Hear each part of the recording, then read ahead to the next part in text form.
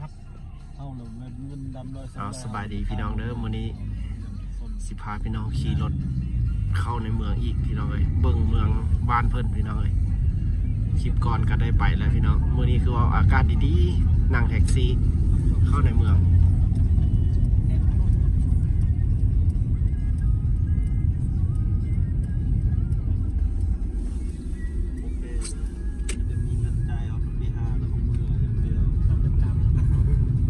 บรรยากาศบ้านเพิ่นแบบแจ้งๆตอนสวยๆพี่น้องตรงบ้านเพิ่นสิคือบ้านเฮาบ่รัสเซียพี่น้องเอาพวกเขาใช้ชีวิตอยู่พี่น้องเอ้ยถ่ายให้เบิ่ง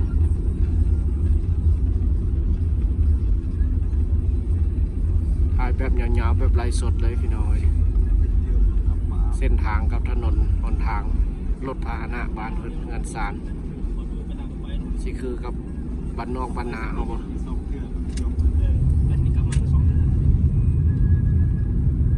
ความเจริญรุ่งเรืองสิซ้ำเมืองไทยบ่พี่น้องเอ้ย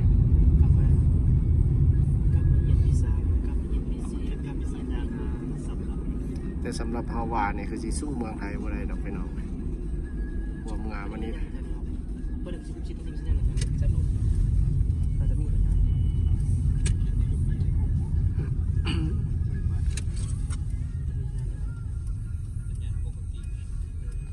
ว่าได้บรรยากาศงามขนาด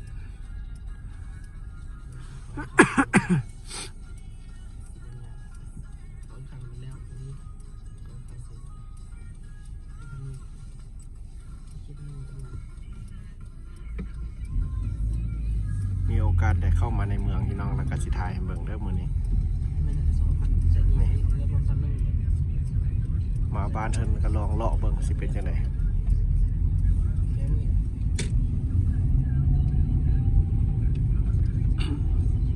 ตั้งใจสั่งแท็กซี่แล้วก็ขี่เลาะเบิ่งเลยพี่น้อง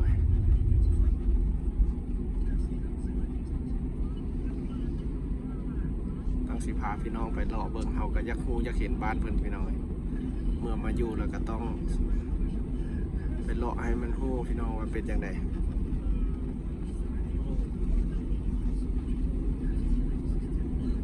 เอาสิถ่ายยาวๆเลยเด้อแบบบ่ได้ตัดเลยพี่น้องเบิ่งบรรยากาศค่อยขี่รถไปนำกัน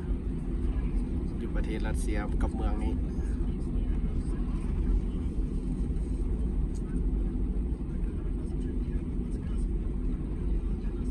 ใครแต่อากาศดีมื้อนี้นะเที่ยงจังปางเลย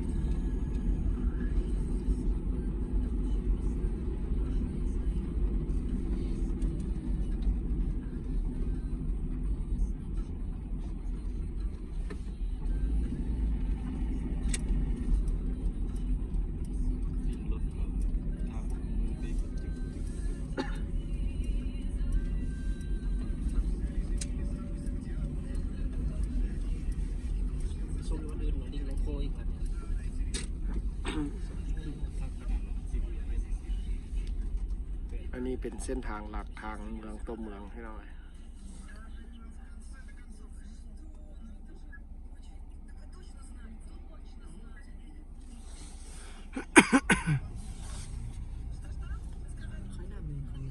ฟ้าอากาศบนหนาวปานใดพี่น้องมื้อนี้นะตกแต่1 องศานะ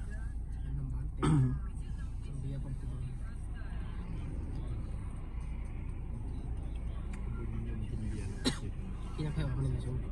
ติดตามโลกเป็นสบายเงินซานเพิ่นไปเขาจะได้กับคนนี้กับคนนี้กับรถบรรทุกสินค้า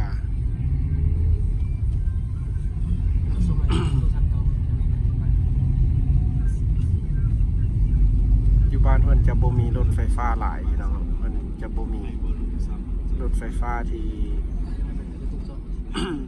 คืออยู่บ้านเราเพิ่นเอากำลังนำเข้าเนาะอยู่พี่ยังบ่หลายปานใดพี่น้องเพิ่นยังใส่รถแบบกินน้ำมันอยู่เพราะว่าน้ำมันอยู่บ้านเพิ่นมันก็บ่ได้แพงพี่น้องถ้าเทียบใส่บ้านเราก็ถือว่าโตนกันเป็นครึ่งพุ่นแหละ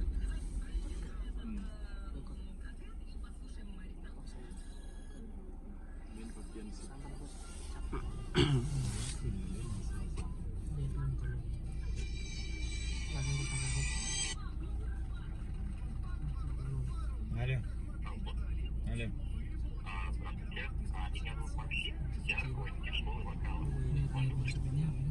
เขาเครื่องคิดเลขก็ได้เอาใส่ใจ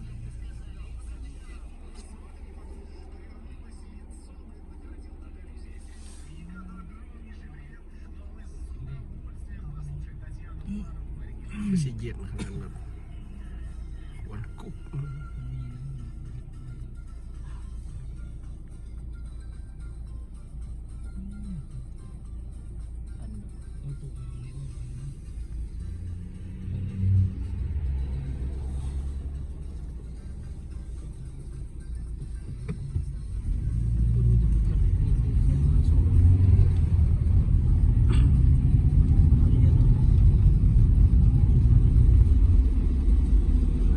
รถหลายอยู่เนาะบ้านท่านก็เลย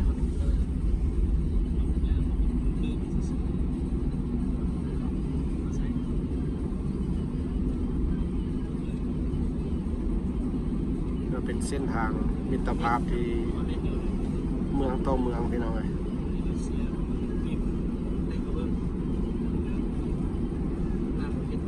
โอ้อยู่นี่มีสะพานแล้วนั่นเองสะพานลอดพื้นเลยนี่โอ้ตัวนี้คือกับเมืองไทยอยู่ตัวนี้นะ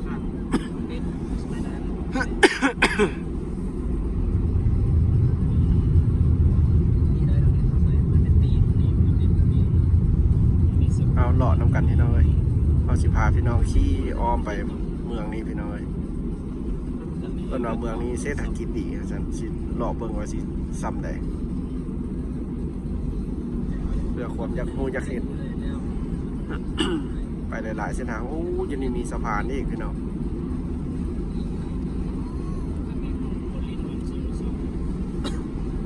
โอ้ออกมานอกสิก็มีเส้นสะพานเด้อพี่น้องเลยทำสมัยอยู่แล้วเป็นคนนี้ทำสมัยนี่โอ้คือกับเมืองไทยเลยตัวนี้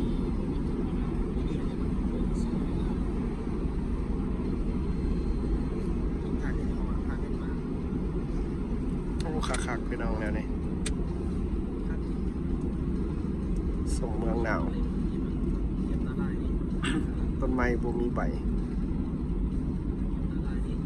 โอ้อันนี้เป็นรถไฟตัวนี้นะ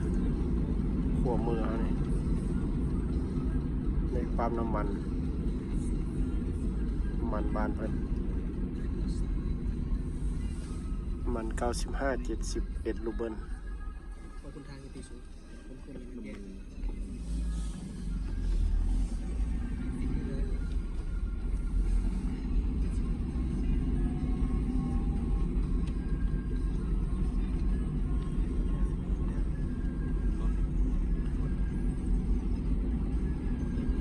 คักเด้อแถวนี้ก็ได้พี่น้องยังบ่เห็นรถไฟฟ้าเนาะรถที่ใช้ไฟฟ้ายังบ่เห็นหลาย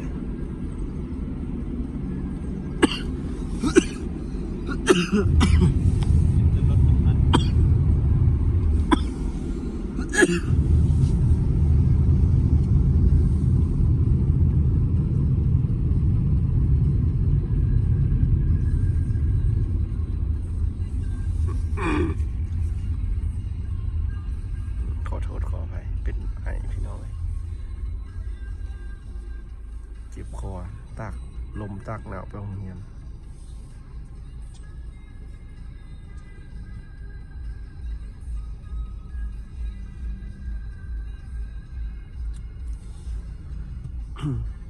นั่งยาวๆน้องกันพี่น้องเบิ่งปานเพิ่น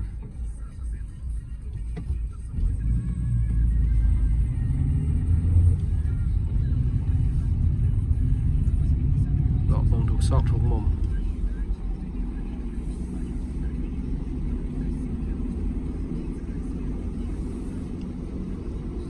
แท็กซี่อยู่บ้านเพิ่นคันนี้แล้วแม่นทึกอยู่6-70 พันนี่เราสั่งแท็กซี่ไปไกลเติบเลย10 ปลายกิโลโหนะ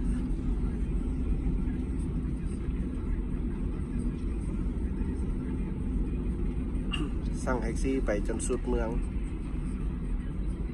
เบิ่งเลยเบิ่งเส้นทางเบิ่งเมืองบ้านเพิ่น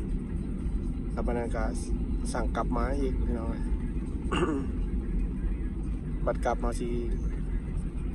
ได้เส้นทางไหนเนาะบัตรกลับพี่น้องไปเส้นทางอื่นก็ใครได้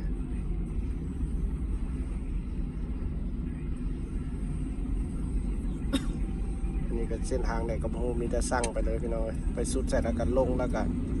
ขี่กลับมาอีกต้องพาพี่น้องขี่รถเลาะเบิ่งโอ้มีสะพานอยู่ได้พี่น้องออกมานอกพี่ มันจะเป็นทางเมืองต่อเมืองพี่น้องเสื่อมต่อกันก็ถือว่าโบเจริญแบบโบมีสีสันปานใดพี่น้องอยู่รัสเซียก็ได้ถ้าเทียบกับเมืองไทยถือว่าเมืองไทยจะงามกว่าสำหรับคลิปที่เขาขี่รถเลาะในเมืองพี่น้องถ่ายให้เบิ่งสำหรับบ้านเพิ่นก็เสียวยาวๆประมาณ15 นาทีพี่น้องเลยครับสมน้ำกันพอดีเพลินทางบ้านกำลังติดตามอยู่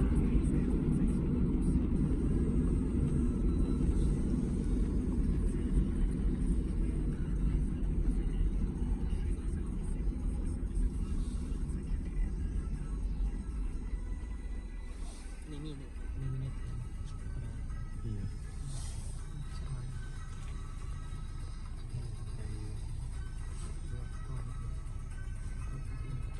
ป้ายรถบ้านเพิ่นจะมีถุงซาดติดอยู่ตลอด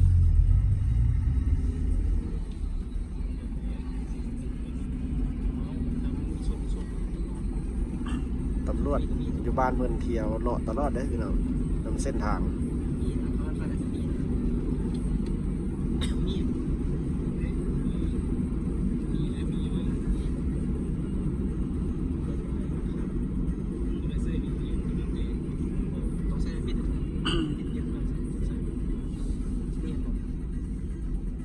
พอดีไฟเขียวพอดีคักเลย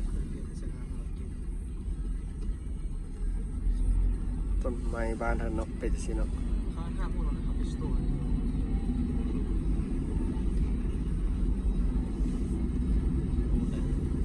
ได้หมด โอ้คักเด้อแนวนี้พี่น้องเอ้ยบรรยากาศต่างหูต่างตา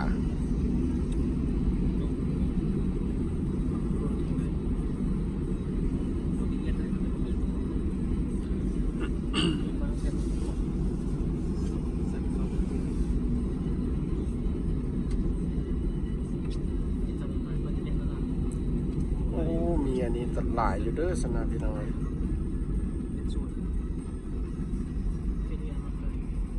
มันจะเอ็ดข้ามทางสิปั๊มน้ำมันบ้านเพิ่นเจ้าของรถเติมเองเลยพี่น้องเอ้ยอยู่ต่างประเทศ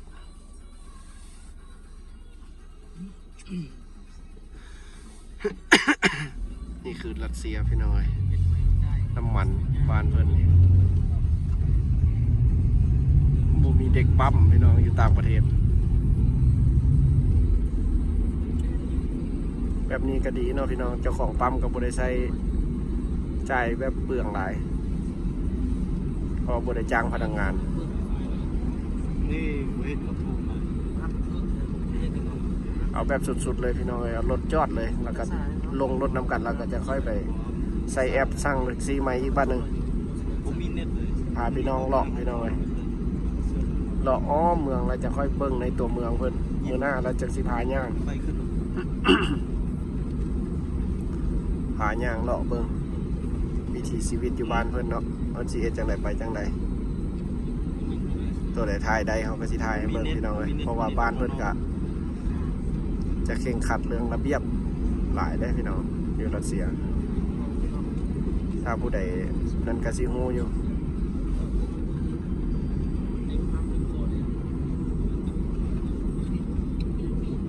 ในห้องหมอ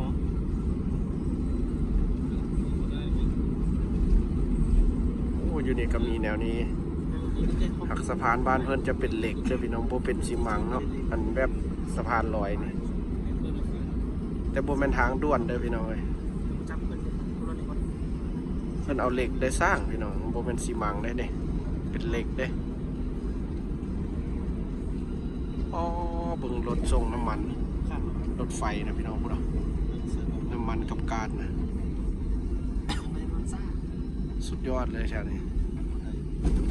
เริ่มสิออก เขตมันก็ เริ่มสิออกจากตัวเมืองแล้วได้ ไป นี่ แล้วไปตั้งในข้างผู้ใด แบบยาวๆเขาสิบริตัดได้ต่อเด้อพี่น้องขอบใจพี่น้องที่รับชมเด้อเพื่อเป็นกำลังใจให้เราการใช้ชีวิตอยู่พี่น้องเลยเพื่อเป็นต้นทุนชีวิตในการเฮียนเฮ็ดคลิปนี่พี่น้องเลยเพื่อส่งเสริมคนลาวพี่น้องเลยที่มาใช้ชีวิตอยู่ต่างแดน